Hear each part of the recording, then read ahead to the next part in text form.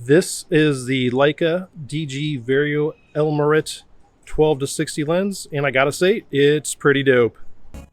It's a complicated name, so for the purpose of this review, we're gonna call it the Leica 12-60 from this point on out.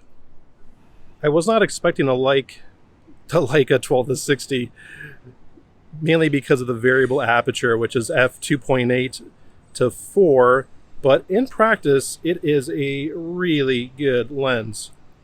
There is no aperture ring on the lens, which means a couple things. First of all, the lens is going to be a little smaller because there is no need to have room for the aperture ring, but also you can use this mostly on an Olympus camera without being concerned that you're losing features. There is some things that you will lose, and we'll talk about that here in just a moment.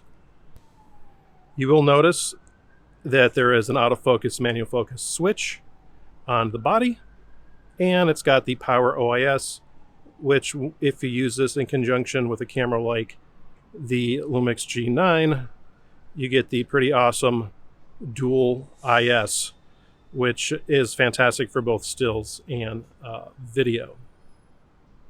I will say that using this lens for video in terms of autofocus, it is lacking, but I think it's less the lens and more the contrast detect autofocus that is used in all Panasonic cameras, including their newer full frame cameras, and that's a bit of a bummer. So when it works good in video, and when it doesn't, which is more often than not, it just don't work that well. Now the lens is weather resistant, resistant to heat, resistant to cold, to water, and when you use the Leica 12-60 on a camera like the Lumix G9 that is also weather resistant, you get a pretty durable and high performance combo.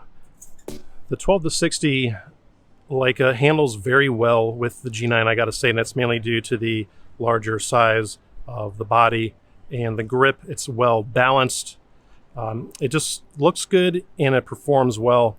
And I gotta say, because of the handling of the camera with the grip, it's fairly light. I would say it's actually quite light to have this combo here. Now you can put it on a camera like the GM1, which, you know, is kind of ridiculous. But this is kind of the style right now for all the full frame mirrorless people, very tiny full frame bodies and gargantuan unbalanced lenses. So hey, if that's your thing, you can kind of get the same effect with your GM1, although I don't recommend it. The Leica 12-60 also comes with an attachable lens hood, which has this piece here that you got to press to release, which is pretty nice. That way it stays on, and it is also reversible as well. Don't shoot with the lens hood on backwards unless you have to. Just, you know, I mean, come on, you see, I mean, if you're gonna miss a shot, then shoot with the lens hood on backwards. But, you know, I don't know. That's just my kind of thing. Yeah, that's just my thing. As I mentioned earlier, you can use the Leica 12-60 on the EM1. It handles well with the EM1. It's a fairly well balanced. That's also partly because the EM1's just got a really good ergonomic grip.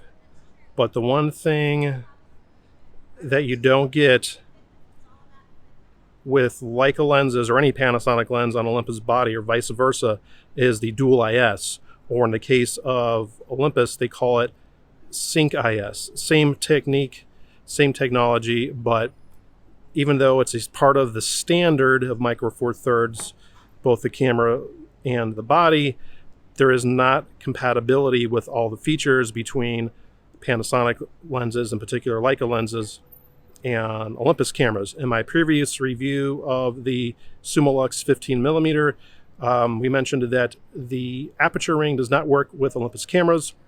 You don't have to worry about that with this lens because there is no aperture ring. However, the dual IS doesn't work.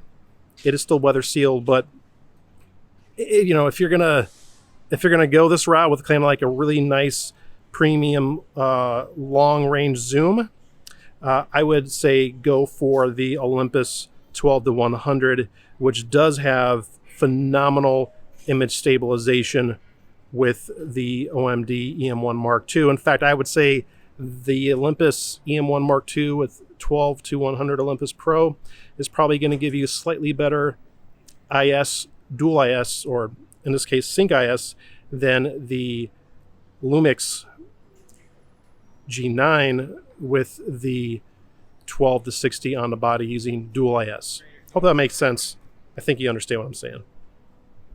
Here is a size comparison of the Lumix G9 with the Leica 12-60 next to the Olympus OMD EM1 Mark II with the Olympus 12-100 Pro with their lens hoods on.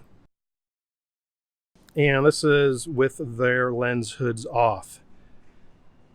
These are kind of not exactly equivalent, but this is like Olympus's version of this kind of super zoom, high quality super zoom pro lens, and this is Panasonic's version of the high quality super zoom on the G9. As you can see, swapping the lenses, you know, you get a smaller kit here, a much larger kit here, and I've had people tell me, and I've seen YouTubers say that this is like their favorite combo ever, and I don't think that they understand the differences, because you're losing dual IS on your Lumix, you're losing sync IS on your Olympus. It just don't make sense. Yeah, you get a little more range here and you get a little bit of a brighter lens there, but because you're losing the sync IS and the dual IS, and because you're not getting the Leica color profile built into the firmware on your Olympus, you know, I don't recommend this combo at all. I'm a big fan of native lenses on their bodies. They're designed by the same people in the same place. They're designed to work with each other. Just do that and enjoy what you got, because the 12-100 on the Olympus is a great combo, and the 12-60 Leica on the G9 is a great combo. So I don't know if I need to mention how sharp this lens is, but the Leica 12-60 is a very sharp lens. It's a good quality lens overall. And if you're shooting with Lumix and you want a pretty rad zoom lens, this is highly recommended. You get f2.8 at the wide, you get f4 at the telephoto end. If you want a constant zoom, just switch it to f4, that's what I do. And it gets incredibly sharp if you stop down to 5.6. This is Julio, and I will talk to you guys next time.